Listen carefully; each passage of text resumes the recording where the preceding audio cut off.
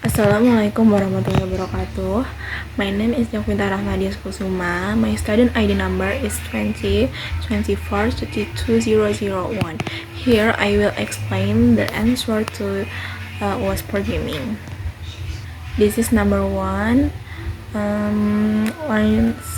Lines 1 till 6. These lines include necessary header files for input or output operation or IOStream, manipulating string and using standard namespace. And line 7 until 13, this code defines a structure named barang, which translates to item or product in English. And then the structure has 4 members. Code is a string to store the item's code, and then nama is a string to store the item's names, and stock is an integer to store the item's quantity in stock, and harga is a floating point number to store the item's price. And then lines 14 until 17, max barang is a constant integer set to 103, representing the maximum number of items that can be stored. And then daftar barang is an array of barang structure to hold the item data. And then jumlah barang is an integer to keep track of the current number of items in the array. And then lines 19 until 28, this is tambah barang is function to check if the array is full. If so, it prints an error message and returns. If there is space, it prompts the user to enter a new item's code and store it in the barang baru variable. And then the new items detail are then added to daftar barang array, and jumlah barang is increment. And then next, lines 29 until 35 for loop. This loop iterates through the existing items in the inventory or stored in the daftar barang array and checking for duplicates. Inside the loop, it compares the code of the new item with the codes of all existing items. And then if a duplicate is found, if a match is found and message is printing indicating that the code already exists, and the function returns preventing the new item from being added.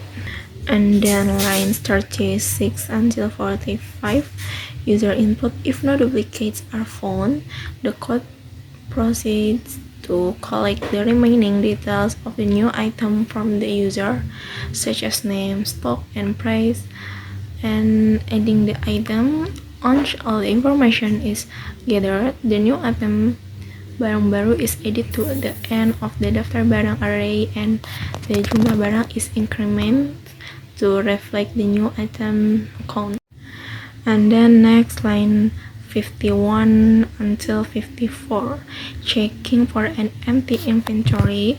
If there are no items in the inventory, it prints a message indicating that the inventory is empty and then returns.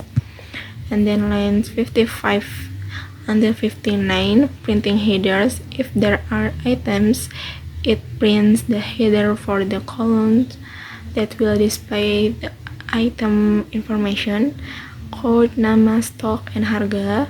These headers help to organize the output and make it easier to read. And then lines 61 until 16,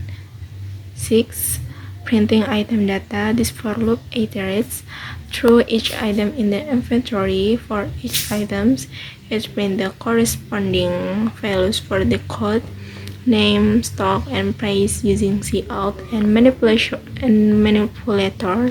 like set to format the output. And then next, lines 75 until 82, checking for a match. This for loop iterates through each item in the inventory. For each item, it compares the code of the current item with the code that is being searched for, stored in the code variable, and then displaying item details. If a match is found, it prints the detail of the found item, including its code, name, stock, and price. After displaying the details, the function returns, indicating that the search is complete. Line active 4 until active 5, not found message. If the loop completes without finding a match, it prints a message indicating that the item with the specific code was not found. Next, lines 94 until 102. Writing data to a file. This for loop iterates through each item in the inventory. For each item, it writes the item's code, name, stock, and price to a text file named data barang txt. Then the operator is used to insert the data into the output stream associated with the file, and then closing the file. After writing all the data, the file is closed using file close. And then lines 106 and 114, reading data from a file. This section opens the data barang file for reading, and then checking if the file exists.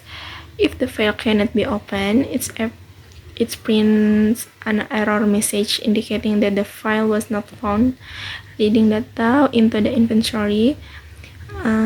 If the file is found, it reads the data from the file and stores it back into the daftar barang array. The while loop continues reading until the end of the file is reached. And then the last page, lines 100, 121 and 122, closing the file. This part closes the file that was previously open for reading or writing.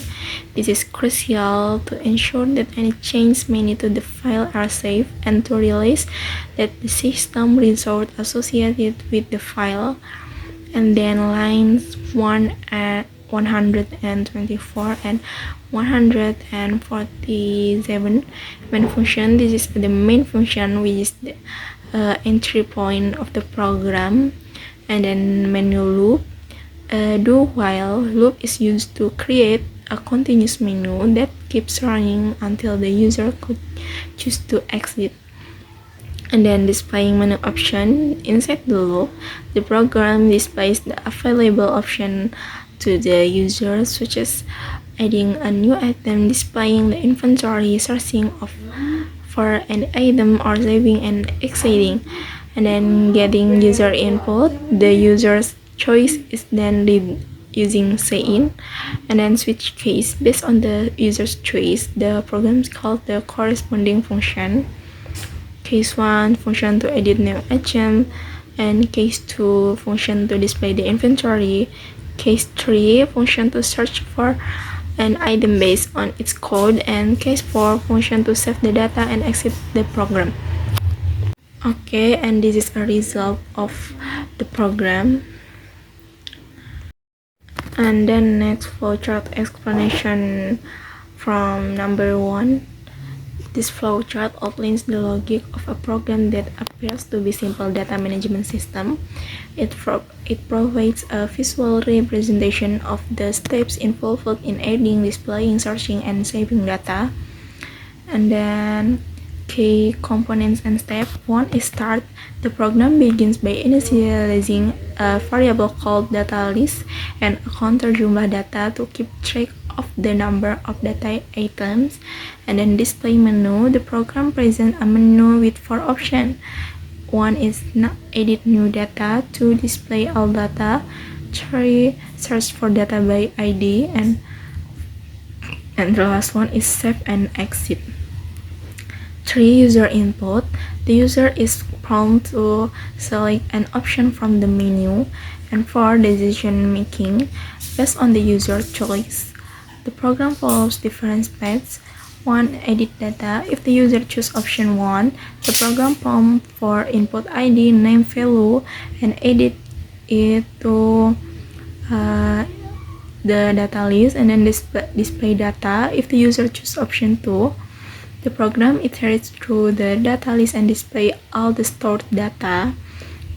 Search data. If the user chooses option 3, the program prompts for an ID and search for the corresponding data in the data list.